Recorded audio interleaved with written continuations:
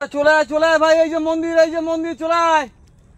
চলে এসছি মেন মন্দিরের কাছে চলে এসছি, চলে আয়। Hello guys, welcome back to my channel. তো আমি রানা মণ্ডল বলছি এবং আমি বৈশিষ্ট্যমণি আশ্রম থেকে বাস ধরে চলে যাচ্ছিলাম ফাইনালি পল্টন বাজারে। গুয়াহাটি পল্টন বাজার তোমরা কে কে চেনো একটু অবশ্যই জানিও। এবং কামরূপ কামাখ্যা মেলাতে বিগত লক্ষ লক্ষ মানুষের ভিড় দেখলাম আমি, এবং বিগত দিন থেকে অনেক মানুষ হয়তো কামরূপ কামাখ্যাতে আসে মানুষ।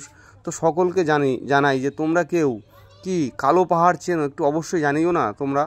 তো আমি সেই কালো পাহাড়ের উদ্দেশ্যে রওনা দিয়েছি, সেইখানে সেই জায়গাটা দেখতে এবং তোমাদের সকলকে দেখার জন্য একটু সুযোগ করে দেওয়ার জন্য যে কেমন জায়গা কেমন পরিবেশ, সেই কালো পাহাড়ের উদ্দেশ্যে একটু রওনা দিয়েছি। এবং এখানে শুনেছি মন্দির আছে উপরে, খুব সুন্দর পরিবেশ এবং মানে উপর থেকে লোকেশনটা এত সুন্দর লাগে। নিচে যেতে যেতে পাহাড়ের মোটামুটি অনেকটা পজিশন উঠে গেছি। পিছনের ভিউজটা দেখো কি লাগছে, দেখো পিছনের ভিউজটা দেখো। এটা হচ্ছে পুরো গুয়াহাটি শহর এবং এই সাইডে গুয়াহাটি স্টেডিয়াম আছে। স্টেডিয়ামটাও তোমাদের দেখাই, দাঁড়াও।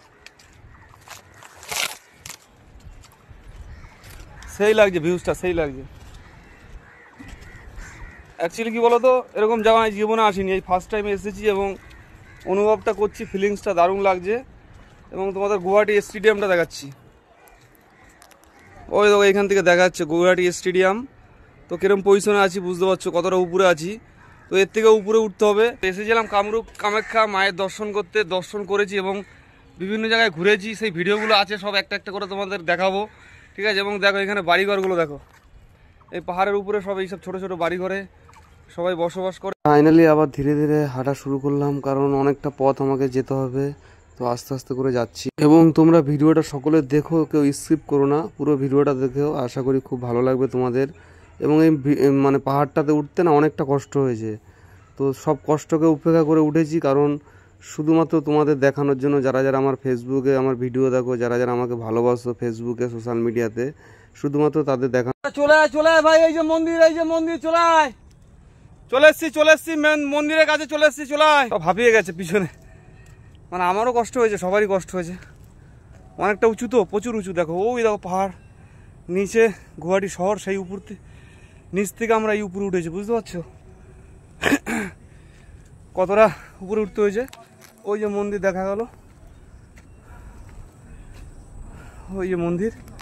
তো চলো উপরে যাই, তারপর পুরো ভিউজটা তোমাদের দেখাচ্ছি। স্বর্গে আছি, স্বর্গে ভাই, বিশ্বাস করো। উপর থেকে যা লাগছে না পুরো ভিউজটা, একদম মানে মানে নিচের থেকে একদম উপরে আছি, টপ ফ্লোরে।